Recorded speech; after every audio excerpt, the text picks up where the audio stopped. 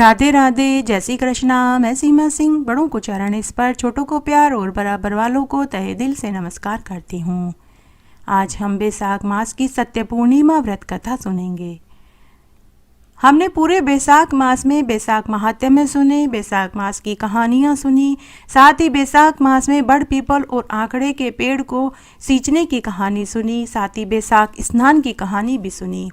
तो हमें बैसाख मास में बैसाख पूर्णिमा के दिन सत्य पूर्णिमा व्रत कथा भी सुननी चाहिए। आइए अब हम बैसाख मास में सत्य विनायक पूर्णिमा व्रत कथा सुनते हैं। एक बहुत पुराना छोटा सा गांव था। उस गांव में एक साहूकार दंपति अपनी बेटी और माँ के साथ रहते थे। साहूकार की माँ हर महीने भगवान सत्यनारायण भगवान की पूजा और व्रत किया करती थी। जब पोती थोड़ी समझदार हुई तो उसने भी दादी की देखा देखी करके भगवान सत्यनारायण का व्रत करने लगी। इस तरह समय बीतने लगा। तब एक दिन दादी ने अपने द्वारा किए गए सत्यनारायण का व्रत का धूमधाम से उद्यापन कर दिया, लेकिन पोती के द्वारा व्रत का उद्यापन कराना वे भूल गए। इस तरह समय बीतने लगा। जब पोती विवाह लायक हुई तो धूमधाम से उसका विवाह कर दिया।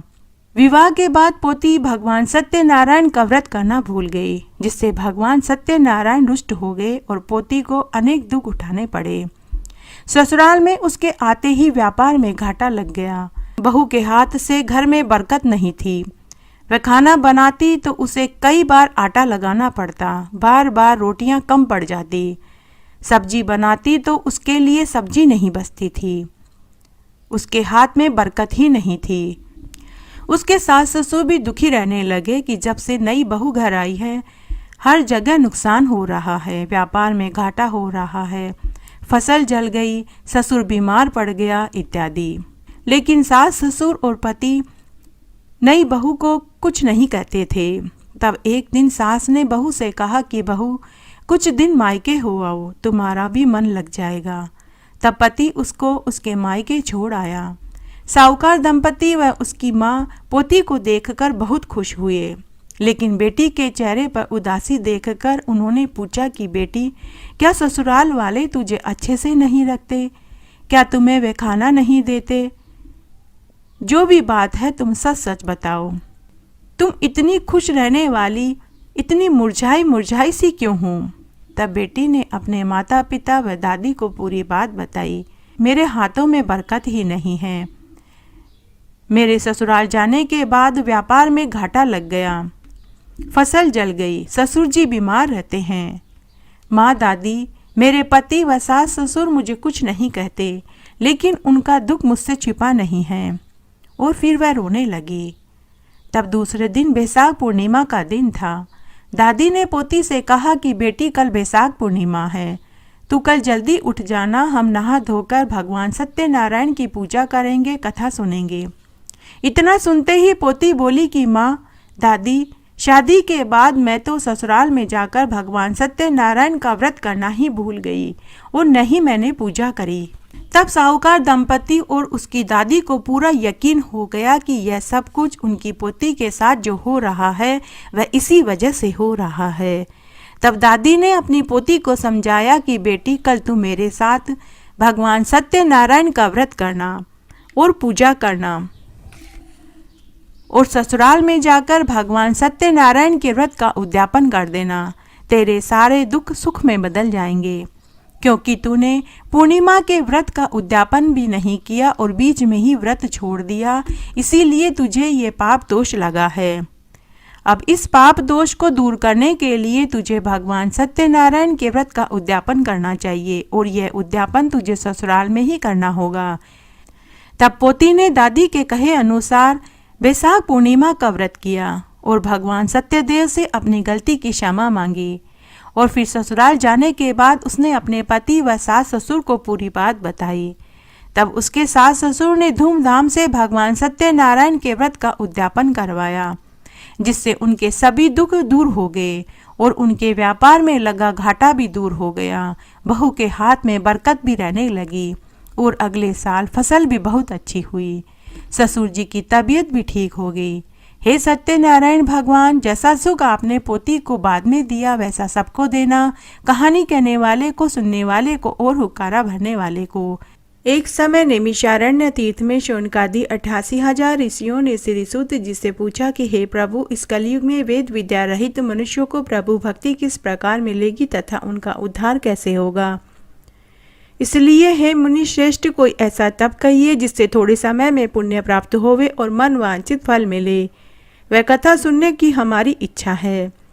सूत जी बोले कि हे वैष्णवों में पूज्य, आप सबने प्राणियों के हित की बात पूछी है। अब मैं उस श्रेष्ठ व्रत को आप लोगों से कहूँगा जिस व्रत को नारद जी ने श्री लक्ष्मी नारायण जी से पूछा था और लक्ष्मीपति ने मुनि श्रेष्ठ नारद से कहा था।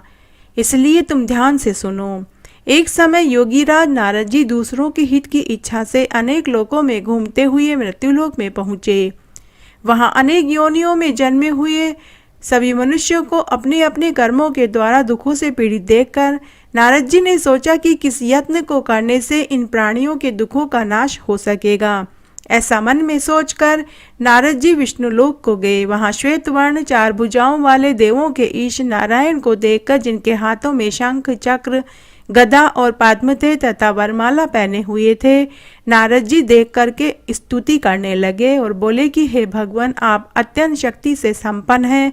मन तथा वाणी भी आपको नहीं पा सकती। आपका आदि, मध्य और अंत नहीं है। निर्गुण स्वरूप सृष्टि के आदिभूत और भक्तों के दुखों को आप नष्ट करने वाले हैं। आपको मेरा नमस्कार है। नारद जी से इस प्रकार की स्तुति सुनकर विष्णु भगवान बोले कि हे नारद मुनि, आपके मन में क्या है? आपका किस काम के लिए विष्णुलोक में आगमन हुआ है? निसंकोच होकर कहो। तब नारद मुनि विष्णु भगवान से बोले कि मृत्यु लोक में सब मनुष्य जो अनेक योनियों में पैदा हुए हैं, अपने अपने कर्मों के द्वारा दुखों से दुखी हो रहे हैं। हे नाथ, अगर आप मेरे ऊपर दया रखते हैं तो बतलाइए कि उन मनुष्यों के सब दुख थोड़े से ही प्रयत्न से कैसे दूर हो सकते हैं। तब विष्णु भगवान बोले कि हे नारद मुनि, मनुष्यों की भलाई के लिए तुमने बहुत अच्छा प्रश्न किया है। जिस काम के करने से मनुष्य मोह से छूट जाता है वह मैं तुमसे कहता हूँ, तुम ध्यान से सुनो। बहुत पुण्य देने वाला स्वर्ग तथा मृत्यु लोक दोनों में दुर्लभ एक उत्तम व्रत है। आज मैं प्रेमवश होकर तुमसे कहता हूँ, सत्यनारायण भगवान का यह व्रत अच्छी तरह विधि पूर्वक करके मनुष्य आयु पर्यंत सुख भोग कर मरने पर मोक्ष को प्राप्त हो जाएगा। श्री भगवान के वचन सुनकर नारद मुनि बोले कि हे प्रभु, उस व्रत का फल क्या है, क्या विधान है, किसने यह व्रत किया, किस दिन यह व्रत करना चाहिए, कृपा करके मुझे विस्तार से बताइए। तब विष्णु भगवान बोले कि दुख, शोक आदि को दूर करने वाला, धन धान्य को बढ़ाने वाला, सौभाग्य और संतान को देने वाला यह व्रत सब स्थान पर विजयी है। भक्ति और श्रद्धा के साथ किसी भी दिन मनुष्य सत्यनारायण भगवान की शाम के समय ब्राह्मणों और बंधुओं के साथ धर्मपरायण होकर पूजा करे। भक्तिभाव से नैवेद्य केले का फल, घी, दूध, गेहूं का चूर्ण और सवाइयाँ लेवे। गेहूं के अभाव में साठी का चूर्ण, शक्कर और गुड़ ले। सब भक्षण योग्य पदार्थ जमा करके भगवान के अर्पण कर देवें तथा बंधु बांधुओं सहित ब्राह्मणों को भोजन करावें। उसके बाद सम भोजन करें। नृत्य, गीत आदि का आचरण करके सत्यनारायण भगवान का स्मरण करते हुए रात्रि जागरण करें और समय व्यतीत करें। इस तरह व्रत करने से मनुष्य की सभी इच्छाएं पूरी हो जाएगी। विशेषकर कलयुग में भूमि पर यही मोक्ष का सबसे सरल उपाय है। सूत जी बोले कि हे ऋषियों, जिसने पहले समय में इस व्रत को किया उसका दूसरा इतिहास मैं कहता हूँ, तुम ध्यान से सुनो। सुंदर काशीपुरी नगरी में एक अत्यंत निर्धन ब्राह्मण रहता था। वह भूख और प्यास से बेचैन हुआ पृथ्वी पर घूमता था। ब्राह्मणों से प्रेम करने वाले भगवान ने ब्राह्मण को दुखी देखकर बूढ़े ब्राह्मण का रूप धारण करके उसके पास गए और पूछा कि हे विप्र, नित्य दुखी हुआ पृथ्वी पर क्यों घूमता है? हे श्रेष्ठ ब्राह्मण, मुझसे कहो, मैं सुनना चाहता हूँ। ब्राह्मण बोला कि मैं बहुत निर्धन हूँ, भिक्षा के लिए पृथ्वी पर जगह जगह फिरता हूँ। हे भगवान, यदि आप इसका उपाय जानते हो तो कृपा करके मुझसे कहो। वृद्ध ब्राह्मण के वेश में भगवान बोले कि हे ब्राह्मण, सत्यनारायण भगवान मनवांछित फल को देने वाले हैं, इसलिए हे ब्राह्मण, तू उनका पूजन कर, व्रत कर, जिसके करने से मनुष्य सब दुखों से मुक्त हो जाता है। ब्राह्मण को व्रत का सारा विधान बतलाकर बूढ़े ब्राह्मण का रूप धारण करने वाले सत्यनारायण भगवान अंतर्ध्यान हो गए। जिस व्रत को वृद्ध ब्राह्मण ने बतलाया मैं उसको करूंगा, यह निश्चय करने पर उसे रात में नींद भी नहीं आई। सवेरे उठ सत्यनारायण के व्रत का निश्चय कर भिक्षा के लिए चला गया। उस दिन उसको भिक्षा में बहुत सा धन मिला, जिससे उसने बंधु बांधवों के साथ श्री सत्यनारायण भगवान का व्रत किया। इसके करने से वह ब्राह्मण सब दुखों से छूटकर अनेक प्रकार की संपत्तियों से युक्त हुआ। उस समय से वह ब्राह्मण हर महीने श्री सत्यनारायण भगवान का व्रत करने लगा। इस तरह सत्यनारायण भगवान के व्रत को जो कोई भी करेगा वह सब पापों से छूटकर मोक्ष को प्राप्त हो जाएगा। आगे जो पृथ्वी पर सत्यनारायण का व्रत करेगा वह मनुष्य सब दुखों से छूट जाएगा। इस तरह नारद जी ने नारायण का कहा हुआ यह व्रत मैंने तुमसे कहा। हे विप्रो, मैं अब और क्या कहूँ। ऋषि बोले कि हे मुनीश्वर, संसार में इस ब्राह्मण से सुनकर किस किस ने इस व्रत को किया, हम वह भी सुनना चाहते हैं। इसके लिए हमारे मन में श्रद्धा है। सूत जी बोले कि हे मुनियों, जिसने इस व्रत को किया उसका पूरा विधान मैं तुम्हें सुनाता हूँ। एक समय एक ब्राह्मण धन और ऐश्वर्य के अनुसार बंधु बांधवों के साथ व्रत करने को तैयार हुआ। उस समय एक लकड़ी बेचने वाला बूढ़ा आदमी आया और बाहर लकड़ियों को रखकर ब्राह्मण के मकान में गया। प्यास से दुखी लकड़हारा उनको व्रत करते हुए देखकर ब्राह्मण को नमस्कार करके कहने लगा कि आप ये क्या कर रहे हैं और इसके करने से क्या फल मिलता है, कृपा करके मुझसे कहिए। ब्राह्मण ने कहा, सब मनोकामनाओं को पूरा करने वाला यह सत्यनारायण भगवान का व्रत है। इसकी ही कृपा से मेरे यहाँ धन धान्य की वृद्धि हुई है। ब्राह्मण से व्रत के बारे में जानकर लकड़हारा बहुत प्रसन्न हुआ। चरणामृत और प्रसाद खाने के बाद वह घर आया। लकड़हारे ने अपने मन में संकल्प किया कि आज गांव में लकड़ी बेचने से जो धन मिलेगा उसी से श्री सत्यनारायण देव का उत्तम व्रत करूंगा। यह मन में विचार करके वह बूढ़ा आदमी लकड़ियां अपने सिर पर रखकर जिस नगर में धनवान लोग रहते थे वह ऐसे सुंदर नगर में गया। उस रोज वहां उन लकड़ियों का दाम उससे पहले दिनों से भी चौगुना मिला। तब वह बूढ़ा लकड़हारा दाम ले अति प्रसन्न हो पक्के केले की फली, शक्कर, घी, दूध, दही, गेहूं का चूर्ण इत्यादि सत्यनारायण भगवान की सभी सामग्रियों को लेकर वह अपने घर में गया। फिर उसने अपने सभी बंधु बांधवों को बुलाकर विधि विधान के साथ श्री सत्यनारायण भगवान का पूजन किया और व्रत किया। उस व्रत के प्रभाव से वह बूढ़ा लकड़हारा धन पुत्र आदि से युक्त होकर संसार के सभी सुखों को भोगकर मरने पर बैकुंठ को चला गया। सूति जी बोले कि हे श्रेष्ठ मुनियों, अब आगे की कथा कहता हूँ, तुम ध्यान से सुनो। पहले समय में उल्कामुख नाम का एक बुद्धिमान राजा था। वह सत्यवक्ता और जितेंद्रिय था। प्रतिदिन देव स्थानों पर जाता, गरीबों को धन देकर उनके कष्ट दूर किया करता था। उसकी पत्नी कमल के समान मुख वाली सती साध्वी थी। भद्रशिला नदी के तट पर उन दोनों ने श्री सत्यनारायण भगवान का व्रत किया। उस समय वहां एक साधु वेश्या आया। उसके पास व्यापार के लिए बहुत सा धन था। वह नाव को किनारे पर ठहराकर राजा के पास गया और राजा को व्रत करते हुए देखकर विनय से पूछने लगा कि हे राजन, भक्ति युक्त चित्त से आप ये क्या कर रहे हैं? मेरी सुनने की इच्छा है, कृपा करके आप मुझे बताइए। राजा बोला कि हे साधु, अपने बांधुओं के साथ पुत्र की प्राप्ति के लिए महाशक्तिवान सत्यनारायण भगवान का व्रत और पूजन कर रहा हूँ। राजा के वचन सुनकर साधु आदर से बोला कि हे राजन, मुझसे इस व्रत का सारा विधान बताइए। मैं भी आपके कथना अनुसार इस व्रत को करूँगा। मेरे भी कोई संतान नहीं है और निश्चय ही इससे मेरे भी संतान होगी। राजा से व्रत का सारा विधान पूछकर व्यापार से निवृत्त हो आनंद के साथ वह घर में गया। साधु ने अपनी स्त्री से संतान देने वाले उस व्रत का समाचार सुनाया और कहा कि जब मेरे संतान होगी तब मैं इस व्रत को करूंगा। साधु ने ऐसे वचन अपनी स्त्री लीलावती से कहे। एक दिन उसकी स्त्री लीलावती पति के साथ आनंदित हो सांसारिक धर्म में प्रवृत्त हो सत्यनारायण भगवान की कृपा से गर्भवती हो गई और 10वें महीने में उसके एक सुंदर कन्या का जन्म हुआ। वह कन्या दिनों दिन इस तरह बढ़ने लगी जैसे शुक्ल पक्ष का चंद्रमा बढ़ता है। कन्या का नाम कलावती रखा गया। तब लीलावती ने मीठे शब्दों में अपने पति से कहा कि जो आपने संकल्प किया था कि भगवान का व्रत करूंगा, अब आप उस व्रत को करिए। साधु बोला कि हे प्रिय, मैं इसके विवाह पर करूंगा। इस प्रकार अपनी पत्नी को आश्वासन देकर वह नगर को चला गया।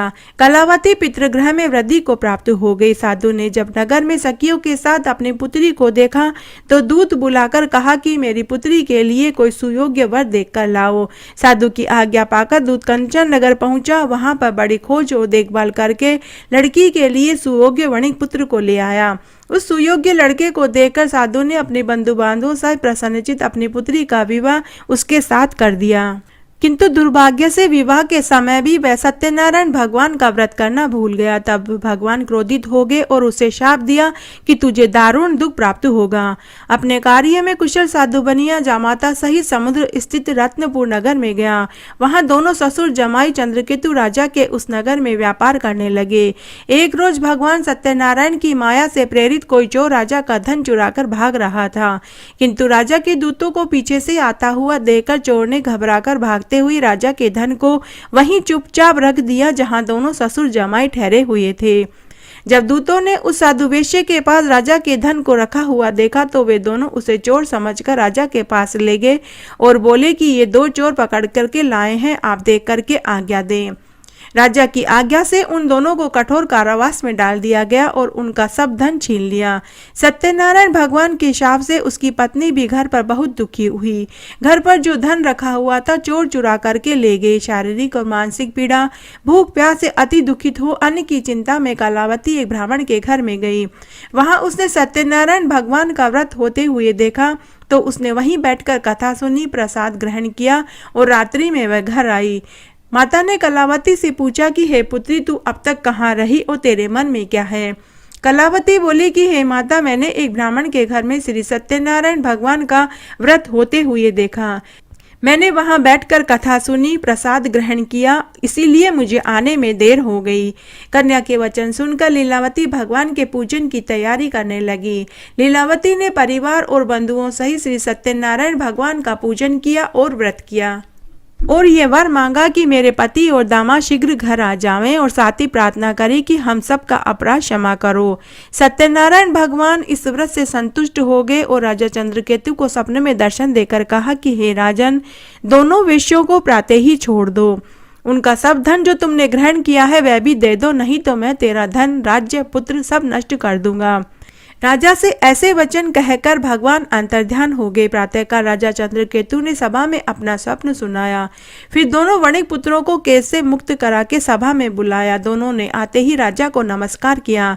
राजा मीठे वचनों में उनसे बोले कि हे महानुभावों, भावी वर्ष तुम्हें ऐसा कठिन दुख प्राप्त हुआ है, अब तुम्हें कोई भय नहीं है। ऐसा कहकर राजा ने उनको नए नए वस्त्र आभूषण दिए और जितना धन उनसे लिया था उनका दुगना धन देकर उन्हें आदर सहित विदा कर दिया। दोनों वेश्या अपने घर की ओर चल दिए। सूत जी बोले कि वेश्या ने मंगलाचरण करके यात्रा आरंभ करी और अपने नगर को चला गया। उनके थोड़ी दूर निकलने पर दंडी वेशधारी सत्यनारायण भगवान ने उनसे आकर पूछा कि हे साधु, तेरी नाव में क्या है। अभिमानिक वणिक हंसता हुआ बोला कि हे दंडी, आप ऐसा क्यों पूछते हैं? क्या धन लेने की इच्छा है? मेरी नाव में तो बेल पत्ते भरे हुए हैं। वेश्या का कठोर वचन सुनकर भगवान ने कहा कि तुम्हारा वचन सत्य हो। दंडी ऐसा कहकर वहां से थोड़ी दूर आगे जाकर समुद्र के किनारे एक पेड़ के नीचे बैठ गए।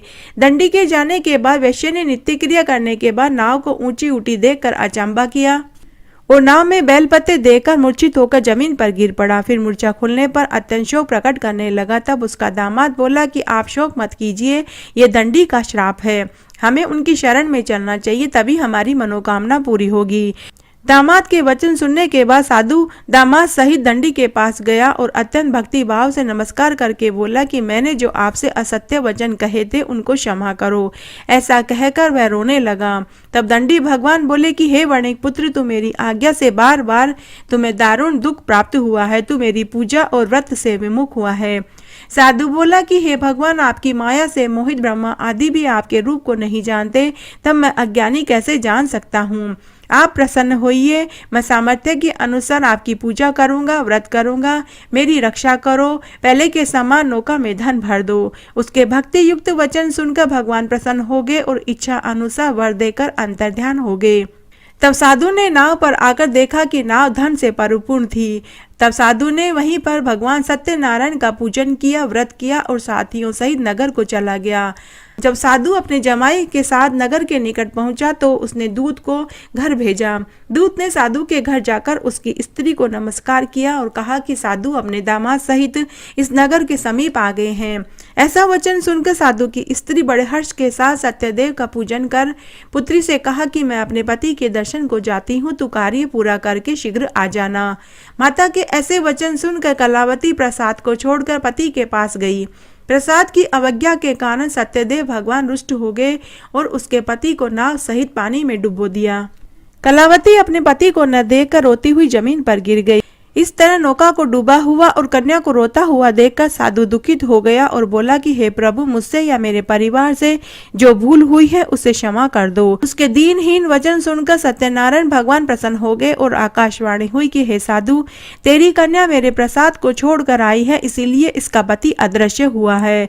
यदि यह घर जाकर प्रसाद खाकर लौटे तो इसे पति अवश्य मिलेगा। ऐसी आकाशवाणी सुनकर कलावती ने घर पहुंचकर प्रसाद खाया। फिर आकर उसने पति के दर्शन किए। तत्पश्चात साधु ने बंधु बांधवों सहित श्री सत्यनारायण भगवान का विधि पूर्वक पूजन किया। उस दिन से वह हर पूर्णिमा को सत्यनारायण भगवान का पूजन करने लगा, व्रत करने लगा और फिर इस लोक के समस्त सुखों को भोग कर अंत में स्वर्गलोक को गया। सूत जी बोले कि हे ऋषियों, मैं और भी कथा कहता हूँ, तुम ध्यान से सुनो। प्रजापालन में लिंद तुंगध्वज नाम का एक राजा था। उसने भी भगवान का प्रसाद त्याग कर बहुत दुख पाया। एक समय वन में जाकर वन्य पशुओं को मारकर बड़ के पेड़ के नीचे आया। वहां उसने ग्वालों को भक्ति भाव से बांधुओं सहित सत्यनारायण का पूजन करते देखा। राजा देखकर भी अभिमान वश वहां नहीं गया और नहीं नमस्कार किया। जब ग्वालों ने भगवान का प्रसाद उसके सामने रखा तो वह प्रसाद को त्याग कर अपनी सुंदर नगरी को चला गया। जब वह अपनी नगरी में पहुंचा तो उसने वहां सब कुछ नष्ट पाया तो वह समझ गया कि यह सब कुछ भगवान ने किया है। तब वह विश्वास करके ग्वालों के समीप आया और विधि पूर्वक श्री सत्यनारायण भगवान का पूजन किया, प्रसाद खाया तो सत्यनारायण भगवान की कृपा से पहले जैसा हो गया। फिर वह दीर्घ काल तक सुख भोग कर मरने पर स्वर्गलोक को गया। जो मनुष्य इस परम दुर्लभ व्रत को करेगा, भगवान की कृपा से उसके घर में धन धान्य की प्राप्ति होगी। निर्धन धनी हो जाएगा, बंदी बंधन से मुक्त होकर निर्भय हो जाएगा, संतानहीनों को संतान प्राप्त होगी। जिस मनोकामना से जो ये व्रत किया जाता है उस मनुष्य की वही मनोकामना पूरी हो जाती है और अंत में वैकुंठ धाम को जाता है। जिन्होंने पहले इस व्रत को किया उसके दूसरे जन्म की कथा कहता हूँ। वृद्ध शतानन ब्राह्मण ने सुदामा का जन्म लेकर मोक्ष को पाया। उल्कामुख नाम का राजा दशरथ होकर वैकुंठ को प्राप्त हुआ। साधु नाम के वेश्या ने मोरध्वज बनकर अपने पुत्र को आरे से चीरकर मोक्ष को प्राप्त किया। महाराज तुंगध्वज ने स्वयं भू भोग कर भगवान में भक्ति युक्त कर्म करके मोक्ष पाया। जय हो श्री सत्यनारायण भगवान की जय। अब हम आरती करेंगे क्योंकि कथा के बाद अगर आरती नहीं बोली जाती है तो कथा अधूरी मानी जाती है। आइए अब हम श्री सत्यनारायण भगवान की आरती बोलते हैं। आपसे करुण रिक्वेस्ट है कि आप भी आरती मेरे साथ जरूर बोलें। जय हो श्री सत्यनारायण भगवान की जय। आइए अब हम बैसाख मास की एक पौराणिक कहानी सुनते हैं। एक बार एक नगर में एक प्रतापी राजा था। वह राजा मात्र दिखावा किया करता था। राजा कहने को तो प्रजा की रक्षा करता था, लेकिन वह रक्षा तब करता था जब उसे लगता था कि ऐसा करने से उसका नाम रोशन होगा, लोग उसकी पूजा करेंगे। वह राजा अमीरों को सभी सहूलियतें दिया करता था, लेकिन गरीबों की वह कोई मदद नहीं करता था। गरीबों से लगान वसूलना, कर लेना वह हमेशा याद रखता था। जब कभी अकाल, महामारी, ओलावृष्टि पड़ जाती थी तो गरीब किसानों को बहुत फसल में नुकसान होता था। उन्हें अपनी फसल की आधी कीमत भी नहीं मिलती थी। जब कभी गरीब किसान राजा से मुआवजा मांगते, लेकिन राजा मदद करने की बजाय उन्हीं से लगान वसूलता और कर वसूलता था। पूरी प्रजा राजा से बहुत दुखी थी, लेकिन उसी नगरी में एक लुटेरा था। वो वेश बदलकर अमीरों को लूटता। वह उन रुपयों से वह गरीबों की मदद करता था, लेकिन वहां की प्रजा को कभी भी मालूम नहीं चला कि जो उनकी मदद करता है वह उन्हीं के बीच में रहता है। राजा ने उस लुटेरे को खोजने के लिए पुलिस लगाई, पहरा बैठाया, लेकिन उस लुटेरे को राजा की पुलिस कभी नहीं पकड़ पाई। एक बार की बात है, वह लुटेरा आधी रात्रि को हमेशा की तरह अमीरों को लूटने के इरादे से घर से निकला, लेकिन जाग हो जाने से वह राजा के सिपाहियों के पीछा करने से लुटेरे को जंगल में भागना पड़ा। लुटेरे को कई दिन तक जंगल में दर दर भटकना पड़ा, क्योंकि गांव में जाने के हर रास्ते पर राजा ने सिपाही बैठा दिए। लुटेरा वापस गांव भी नहीं आ सकता था। बैसाख का महीना था। अन्न जल ना मिलने से लुटेरे का 3 दिन तक उपवास हो गया। भूख और प्यास के कारण लुटेरे का बहुत बुरा हाल था। जंगल में उसे कोई पानी का स्रोत भी नहीं मिला। चलते चलते वह एक चबूतरे के पास पहुंचा, जिस पर एक शिवलिंग रखा हुआ था। लुटेरे को वह शिवलिंग कुछ तिरछा नजर आया, तो वह अपनी तलवार से पिंडी को ठीक बैठाने लगा। तब लुटेरे ने शंकर भगवान को प्रणाम किया और मन ही मन बोला, महादेव गुरुजी हैं, परशुराम के गुरु थे, इसलिए वे मेरे भी गुरु हुए। वे भी ब्राह्मण थे और मैं भी ब्राह्मण हूँ। उन्होंने अमीरों का नाश किया और गरीबों का पालन किया था। मैं भी तो वही कर रहा हूँ। राजा मुझे डाकू समझता है। मैं अमीरों से धन लूटकर गरीबों को बांट देता हूँ और राजा अमीरों का साथ देता है, गरीबों का साथ नहीं देता। तो फिर डाकू कौन हुआ, राजा या मैं? वह मन ही मन ये बातें सोच रहा था। फिर उसने मन में ही कहा कि जब तक शंकर भगवान का मेरे सिर पर हाथ है, तब तक कोई मेरा बाल भी बांका नहीं कर सकता। तब उस लुटेरे ने शंकर भगवान से प्रार्थना की कि हे भगवान, क्या आज आपका यह भक्त प्यास और भूख से मर जाएगा? तभी वहां एक बुढ़िया लकड़ी के सहारे, एक हाथ में लकड़ी और एक हाथ में जल का लोटा लेकर आई। लोटे के ऊपर एक कटोरी जिसमें गुड़ की डली रखी हुई थी। लुटेरे ने बुढ़िया माई से पूछा कि बुढ़िया माई, तुम कौन हो और इस जंगल में क्यों और कैसे आई हो? बुढ़िया माई ने कहा कि बेटा, मैं पास ही गांव में रहती हूँ। मैं रोज इस चबूतरे पर बने शिवलिंग पर जल चढ़ाने आती हूँ और गुड़ का भोग लगाने आती हूँ। यह चबूतरा मेरे बेटे ने बनवाया था और उसके ऊपर जो यह शिवलिंग है, यह भी उसी ने स्थापित किया था। मैं एक कुमारिन हूँ। मेरे बेटा बहू पिछले साल मटके बनाने के लिए पहाड़ी पर मिट्टी खोद रहे थे, तो वो दोनों दब कर मर गए। तब से मैं ही यहाँ पूजा करने और प्रार्थना करने आती हूँ कि हे शंकर भगवान, मेरी पोती का विवाह कैसे होगा? बिन माँ बाप की बच्ची का कन्यादान कौन करेगा? इसीलिए मैं रोज यहाँ जल चढ़ाने आती हूँ और यहाँ बैठकर खूब रोती हूँ और अपना मन हल्का करती हूँ। मेरे घर में कुछ भी नहीं है, न मालूम महादेव बाबा मेरी पोती का विवाह कैसे करेंगे। तब लुटेरे ने बुढ़िया माई से कहा कि बुढ़िया माई, मैं 3 दिन से भूखा प्यासा हूँ। तुम यह पानी मुझे पिला दो और यह गुड़ मुझे खाने को दे दो। तुम्हारी पोती का विवाह मैं खूब धूमधाम से करा दूंगा। मैं उसका कन्यादान भी करूंगा। बुढ़िया बोली, बेटा, यह पानी तुम पी लो, गुड़ भी तुम खा लो, मैं समझूंगी महादेव जी पर चढ़ गया। इतना कहकर बुढ़िया माई ने पानी व गुड़ की डली लुटेरे को दे दिया। गुड़ खाकर, पानी पीकर लुटेरे की जान में जान आई। तब लुटेरे ने पूछा कि बुढ़िया माई, तेरी पोती का विवाह कब है? तब बुढ़िया माई ने कहा, बैसाख मास की पीपल पूनम को मेरी बेटी का लगन है। लुटेरे ने कहा, बुढ़िया माई, अब तुम बिल्कुल चिंता मत करो। तुम्हारी पोती का विवाह महादेव शंकर भगवान ही करेंगे।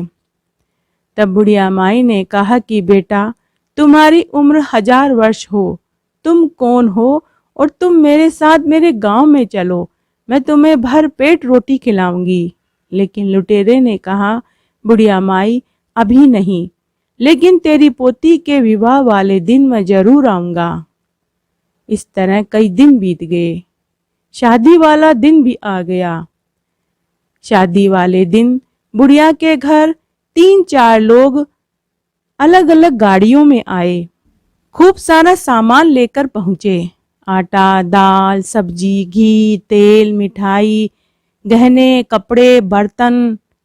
गांव के लोगों ने पूछा कि बुढ़िया के तो कोई आगे पीछे कोई था ही नहीं, ये इतना सामान कहाँ से आया और किसने भेजा? तब गाड़ी वालों ने कहा कि हम तो किराए के लोग हैं, हमें तो सारा सामान यहाँ पहुँचाने का हुक्म मिला था जो हमने पहुँचा दिया।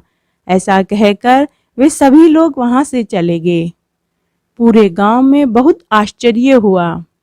तभी वहाँ शादी का कनात लगाने वाले पहुँच गए, कुर्सी लगाने वाले, सजावट करने वाले पहुँच गए। बुढ़िया माई का घर जगमग करने लगा। हलवाई मिठाई बना रहे थे, गांव की औरतें मंगल गा रही थी। तभी धूमधाम से बैंड बाजों के साथ बारात आई। खूब स्वागत सत्कार हुआ। लुटेरे ने एक साहूकार सेठ का वेश बनाया और बुढ़िया के घर पहुंच गया। बुढ़िया ने उस लुटेरे को गले से लगा लिया। लुटेरे ने बुढ़िया की पोती का कन्यादान किया और धूमधाम से विवाह संपन्न हो गया। एक लुटेरे ने 1 लोटे पानी का कर्ज चुकाया और बैसाख मास में 3 दिन उपवास रखने से उसे मरने पर स्वर्ग का वास मिला। जय लक्ष्मी रमणा स्वामी, जय लक्ष्मी रमणा। सत्यनारायण स्वामी जनपातक हरणा। ओम जय लक्ष्मी रमणा। रतन जड़ित सिंहासन अद्भुत छवि राजे स्वामी, अद्भुत छवि राजे। नारद करत निरंतर घंटा ध्वनि बाजे। ओम जय लक्ष्मी रमणा। प्रकट भये कलि कारण द्विज को दर्श दियो स्वामी, द्विज को दर्श दियो। बूढ़ो ब्राह्मण बन कर कंचन महल कियो। ओम जय लक्ष्मी रमणा। दुर्बल भील कराल जिन पर कृपा करी स्वामी, जिन पर कृपा करी। चंद्रचूड़ एक राजा तिन की विपति हरी। ओम जय लक्ष्मी रमणा। वेश मनोरथ पायो श्रद्धा तज दीनी स्वामी, श्रद्धा तज दीनी। सो फल भोग्यो प्रभु जी फिरे स्तुति कीनी। ओम जय लक्ष्मी रमणा। भाव भक्ति के कारण छिन छिन रूप धर्यो स्वामी, छिन छिन रूप धर्यो। श्रद्धा धारण कीनी तिन को काज सर्यो। ओम जय लक्ष्मी रमणा। ग्वाल बाल संग राजा वन में भक्ति करी स्वामी, वन में भक्ति करी। मन वांछित फल दीना दीन दयाल हरि। ओम जय लक्ष्मी रमणा। चढ़त प्रसाद सवायो कदली फल मेवा स्वामी, कदली फल मेवा। धूप दीप तुलसी से राजी सत्य देवा। ओम जय लक्ष्मी रमणा। श्री सत्यनारायण जी की आरती जो कोई नर गावे स्वामी, जो कोई नर गावे। कहता शिवानंद स्वामी मन वांछित फल पावे। ओम जय लक्ष्मी रमणा। जय श्री सत्यनारायण भगवान की जय। धन्यवाद।